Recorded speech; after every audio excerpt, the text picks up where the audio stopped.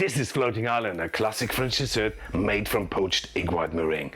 Now, Floating Island never achieved the fame of tartare or creme brulee or chocolate mousse, simply because it can be really challenging to make.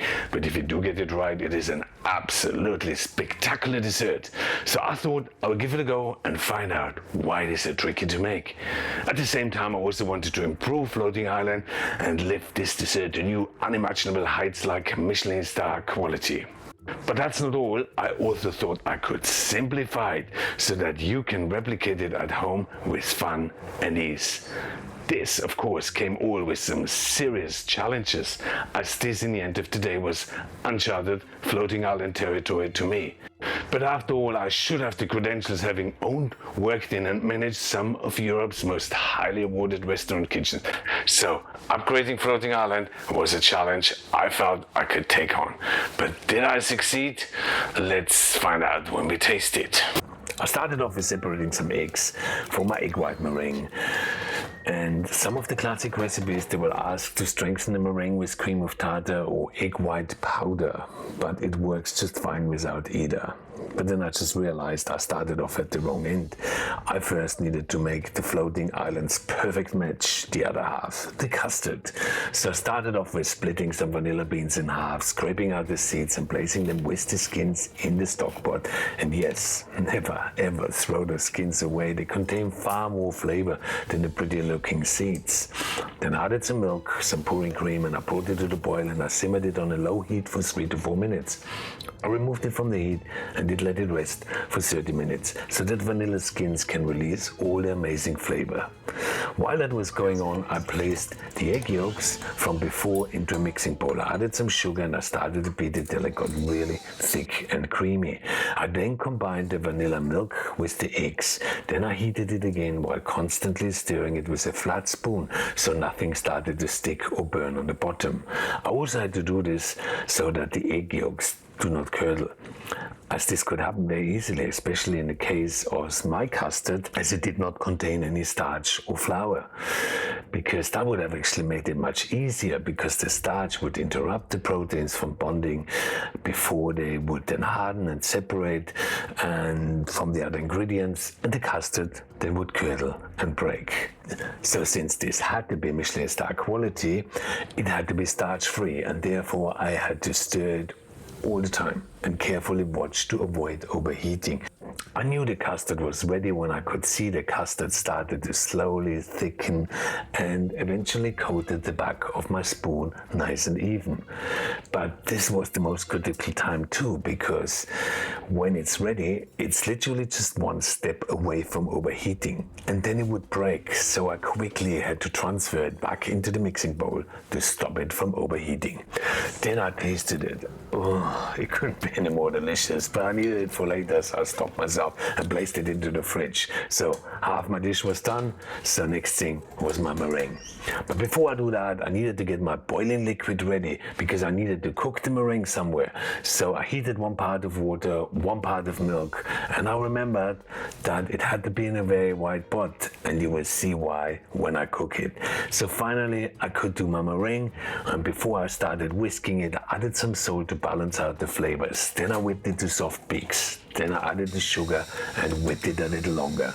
At the same time the milk mixture was close to boiling, I shaped some snow eggs with 2 big spoons and placed it into the hot liquid. I closed it for 1 minute. I turned it and cooked it on the other side for another minute, covering it with the lid again. So now you see why I needed such a wide pot, because they do rise a lot, and that can be the problem with the boiling method. Anyway, once they were cooked, I took them out and I placed them onto a kitchen towel to dry them off. Then I chilled them and I plated them like so. So after all these years, I still knew how to do them, but they're tricky, because if your liquid is a little bit too hot or you cook them a little bit too long, they will literally shrink. They let a lot of the water go. They become unpleasantly spongy and small and just not nice. So to get them right, you need a lot of experience, and that's the reason why chefs don't like making them. And Floating Islands are like butterflies, like beautiful, fragile, but hard to touch. So to simplify this dessert. I felt I had to simplify the cooking method, but how? I mean, in all honesty, I didn't know. I seriously felt challenged, so I had a glass of wine to get some inspiration. And yes, it came to me the moment the delicious wine cascaded down my throat. And it was like a miracle, and the floodgates of ideas opened up. And they kept coming and coming. So I came up with 2 new ways to simplify and improve it. And that is how I did it. But before we go on, you probably wondered, how did I get my slivered almonds so perfect just before? Well, I need to show that because it's really easy. I made some sugar syrup and dipped the almonds in it, and then I layered them out nicely on some baking paper so they kept their shape. Then I roasted them in the oven at 165 degrees till they were golden brown and caramelized and pleasantly sweet. Great. But this idea did a great job, but the reality is I had a lot of broken up almonds. To layer them all out would have been an absolute job forever, and they wouldn't have looked good anyway. So that got me thinking, what if I caramelize the whole lot and then turn them into really fine dust? Then I sprinkle that onto a tray in a circle like so, and then I place that in the oven for a little so that the sugar can melt again, and that should make it all stick together. And wow, look at that, it did work. It became an incredible thin almond caramel wafer.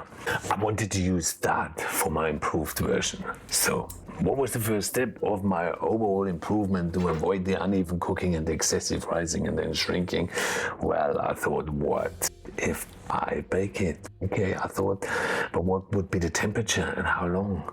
So I remembered I cooked my creme brulee at 120 degrees Celsius. I thought that could work pretty well for that thing too. But then how long? Well, I thought, I guess that depends on the size, but a good barometer would be when I can see it a little rising, it should be almost there. Okay, I thought that could work, but then do I grease the mold or do I not?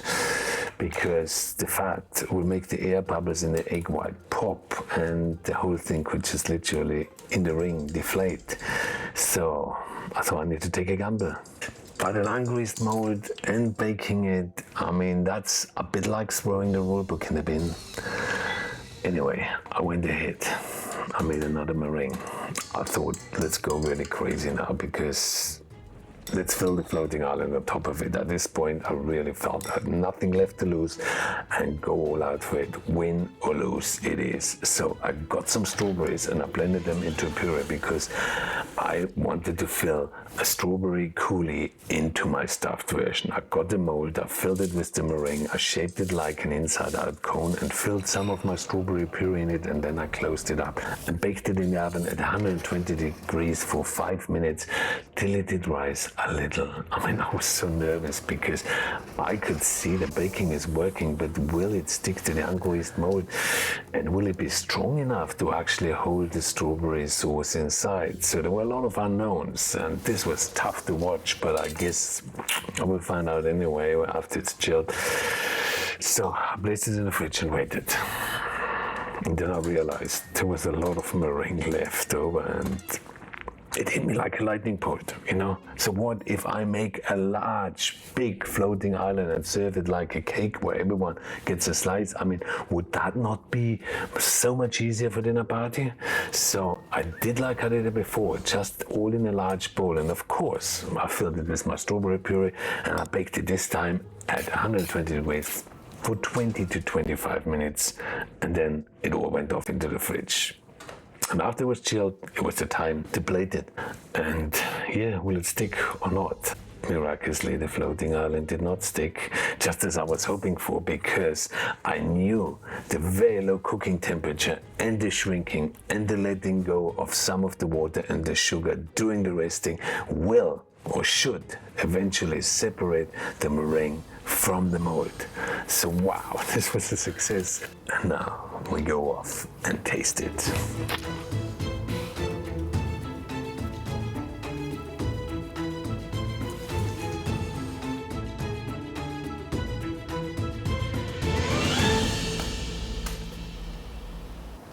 So it's time to taste our floating islands, and yeah, let's see if they turned out better or not. So Anna is here with me. She's gonna be the head taster and the judge. And, and yeah, let's see how it goes. So that's the first one. Yeah, come on, look at that. Now, I just warn you, he thinks I'm a sweet tooth, but I'm not a sweet tooth. But I will do my best, particularly not at 10:30 in the morning. Anyway, all right, so we've got 1, 2, 3 to taste here. Yes. Okay, so this is, what's it called? So that's a floating island. It's, you know. Looks like a hedgehog. Yeah, it looks like a hedgehog, but it's not a hedgehog. It's a floating island. Sorry. So, Yep. Let's taste it. Okay, righty-ho, what are these things on the top? You need to find Oh, I need to tell you, sorry, I cannot ask any questions, has to be completely authentic.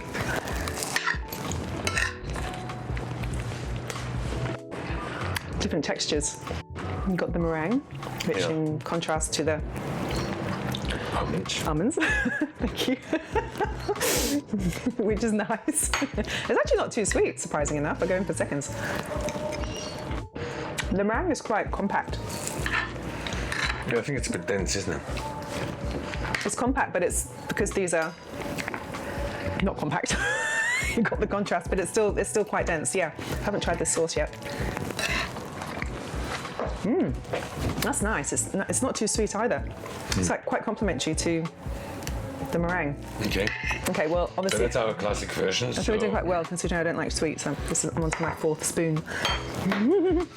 Okay, so it's not our bad. classic version. So let's look at my Oops, improved version. sorry. Okay, this is pretty. I prefer the presentation to this one. This one. That one doesn't look like a hedgehog. Okay. Yeah, this one is pretty. Okay, I'll stop rambling. Ooh, bit of crispiness on the top there. I hope I get this right because it looks beautiful and I've destroyed the beauty of it. Wow, that's super light. That's like 10 times lighter than that one. It just dissolves in your mouth. Break it all up and then you see. Oh, break it all up? What's inside? Oh, okay. We have, using out the center, some jam. Let's just see how that no jam. changes. Looks like jam to me. Sorry, I'm getting everything wrong. It's fresh pureed it's a fruit. Yeah. Fresh strawberries. I like this. So to me that is so much lighter. That's so much more. Yeah, but I'm the judge though. Yes. You could lie. Yeah, give some feedback too. So. Yes, it is much lighter. I concur. I think the fruits really sort of. How'd you get it in there? It up. I filled it in. Ah, secrets of a chef. Okay. Yep, no, that's definitely by presentation and lightness of the meringue. My last one, my fail. So I tried basically to do the same thing. I think I would have succeeded with that, and I actually could make a whole dome. I should do that again. But the problem I had is obviously the filling did not hold. It was just too much pressure from inside. So it works in the mini version, but not in the large. It's just too much weight inside. So Okay, just that makes egg sense. white by itself, I think that would work absolutely brilliant. And then you could just sort of, for dinner party, just sort of could then make slices and serve a slice like so. See, that would work perfect. And then serve the sauces on the side. It's very light. I'm so full now. So I think this would go very nicely with Walter's meat ravioli that we filmed last week together. Yeah, I think so too. Yeah. And yeah, thanks so much for watching and look forward to seeing you next time. See you soon. Okay, let's go. 1, 2, 3. Well, I had wine last night, dear. My brain's not working that well. Now I'm having sugar, so I'm getting like a massive sugar rush. But it's not that sugary. Okay, and do not show that. Don't you dare. Anyway, so